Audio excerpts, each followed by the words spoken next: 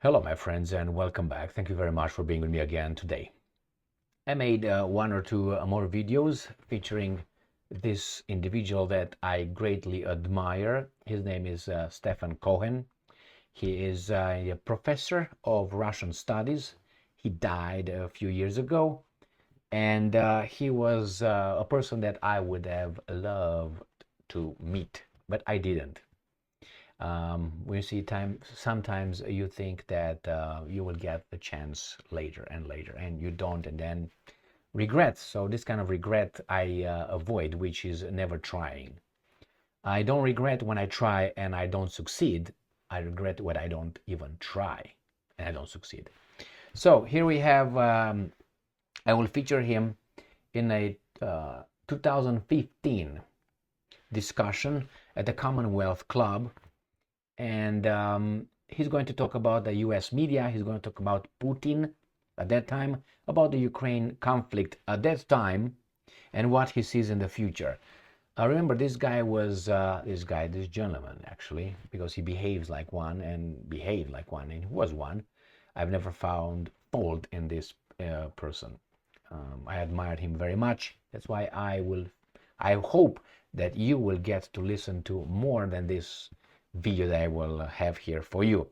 So he's going to talk about Putin, about who sets the agenda in Washington, D.C., if Putin is an offensive or a defensive or active or reactive president, if he wants to be together or form a partnership with the United States of America or not in 2015, according to this scholar who has a 50 years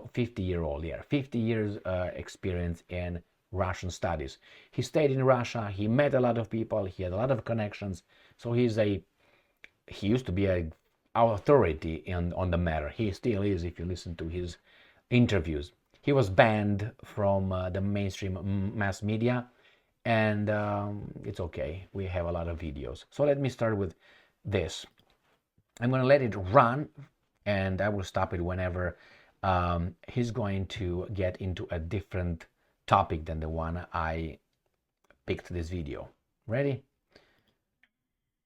So seriously, um, do you see Paris bringing about before too long a confluence of U.S. and Russian interests? I mean, the Russians and the French are allied.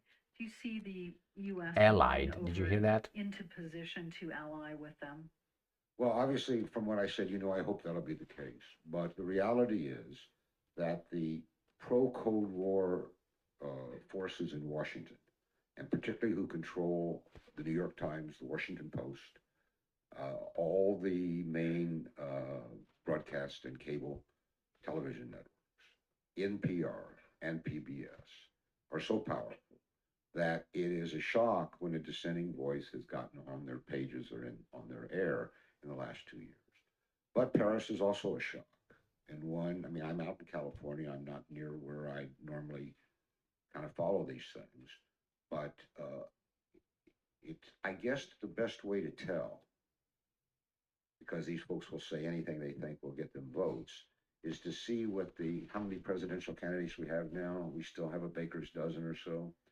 Let's see what these people say and do in the next 2 or 3 days. I mean, does Rubio still, basically, he wants to go to war with Russia. That's been his program. He doesn't care where it is, but somewhere. Uh, I forgot her name, Fiorina. She says she won't even talk to Putin.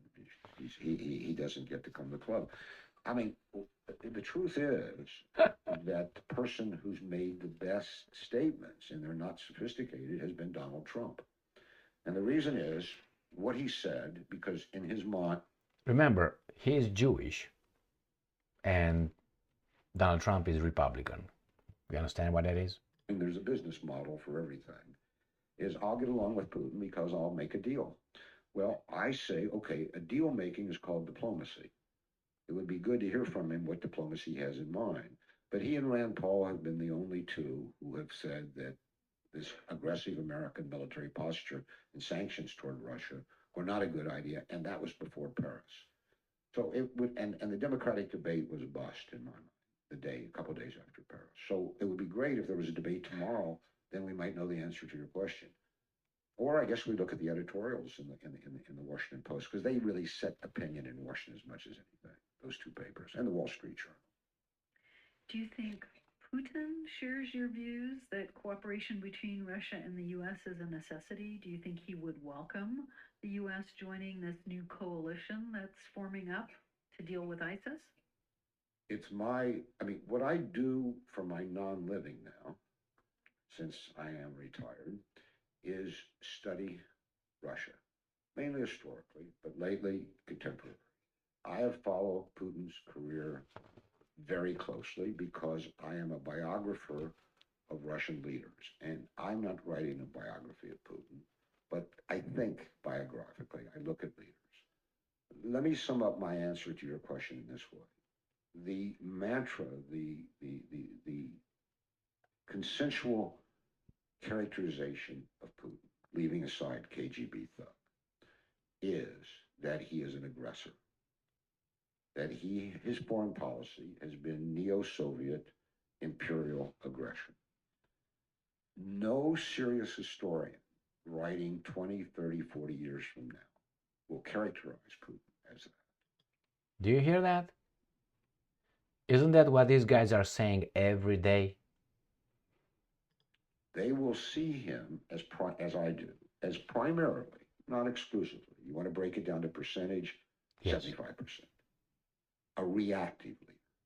Political science has these concepts between leaders who are proactive, that would be an aggressor, and reactive. They're reacting, maybe in an aggressive way, to things that are being done to them in their country.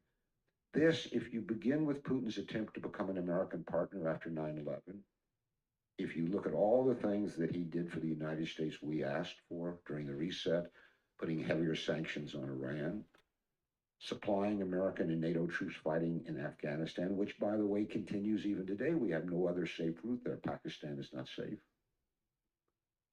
I would say that Putin 1,000% wants this partnership, and he's wanted it from day one. And by the way, we fix on the Gary Kasparovs of this world. Gary's not connected to Russia.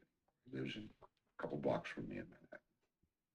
But he represents an opinion in Russia, which probably at the polls in a free election get about 8 to 10%. And they should have elections so they can have their 8 to 10% in the poll. And they should be on TV. But then I should be on TV too. And so should a lot of you in this room. You are. Yeah, but not on the TV that reaches Washington anymore. I mean, I'm on the TV that weird people in New York late at night watch when they got nothing else to do.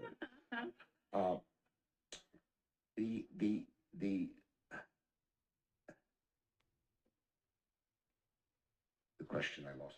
I digressed to Gary. What was it? Your question was? Gary. Want, No, that is absolutely allegiance with the U.S. Yeah, that is absolutely clear, and to me at least. At the same time, the bitterness regarding the United States in the Russian political class, the security elites, because Putin cannot make decisions unilaterally. Really? He's a dictator, they say. He can't. He's the decider, as George Bush used to call himself. He's the decider. But he has to bring along his team, which is divided. But the anger at the United States has to do more than anything with what they regard as broken American promises to Russia over the last 20 years. And everybody says, oh, you mean Bush's promise to Gorbachev that NATO would not expand if Gorbachev would agree to a reunited Germany and NATO. It began there. But look what happened after 9/11. Putin put himself way out of his ballpark with his own people when he told George Bush, whatever you want, we'll give you. And do you know what he gave us? He gave us American lives. Not only did he give us Russian information and right to travel and supply Afghanistan over Russia, but there was a fighting force left over from the Soviet adventure in Afghanistan called the Northern Alliance, with the Russians had continued to train, Russian officers, in Afghanistan. He gave that to Bush to do the early fighting. And so for every Northern Alliance soldier who died fighting the Taliban to drive him out of Kabul, it would have been an American soldier. What did he get? What did Putin get in return? Quickly, Bush withdrew from the anti-ballistic missile treaty unilaterally. Did you hear? That was the bedrock of Soviet nuclear security, and we started this missile defense again. And Bush undertook the second round of NATO expansion to Russia's borders. So how does Putin explain how smart he is to his own people? You give and they take. And if you really wanted to go into it, you could look at the reset, because it was that all over again. Russia gave everything we asked for. We gave nothing in return. So there's this anger that you can't trust the Americans. And until recently, there were only two people who could vouchsafe for American policy in the White House. Henry Kissinger, because they trust him, but Obama won't see him, so far as I know. And Merkel. But Merkel now is maybe going down. Numbers are plummeted in Germany.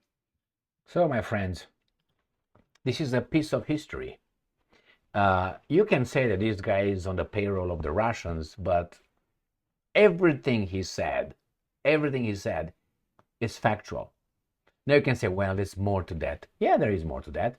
Bring it on. Bring that on and put it together, and you're going to realize when these guys are telling you what they're telling you. Listen to Professor Cohen. I listen to not only that because he says it. He was not strangled, he was not arrested, he was not sued for any defamation or anything like that.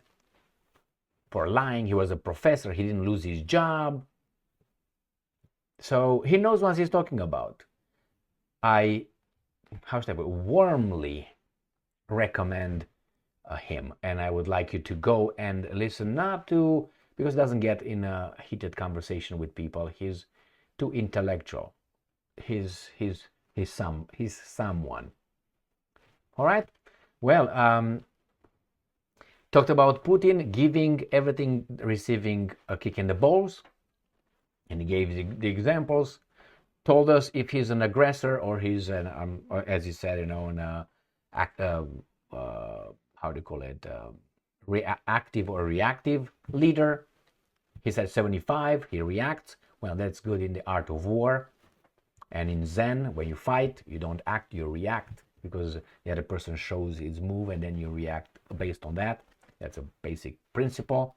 Sometimes you have to act, but even in your reaction, like let's say Russia and Ukraine, unprovoked, they see it as a reaction to what? NATO expansion, second round, Bush. They were talking about Paris. I think it was about that terrorist attack on Paris with a bus or something, if I remember correctly. And then Putin again offered the information and everything he got. The same as with if you remember, with that Boston terrorist attack. Again, he helped with that. He gave some information. How do you call it? Thwarted, folded, whatever. They stopped it, not the whatever other ones. And September 11 as well. So listen to him. He's gonna have all for you on a silver platter right there. So thank you very much for being with me again today. Stay strong, stay smart, look for the truth, and be just. And look at what he said about the mass media. He lived a long life. He knows what he's talking about. He rubbed shoulders with a lot of people and in a lot of locations. So I think he knows what he's talking about very much. Thank you very much for being with me again today. Stay strong, stay smart, look for the truth, and be just.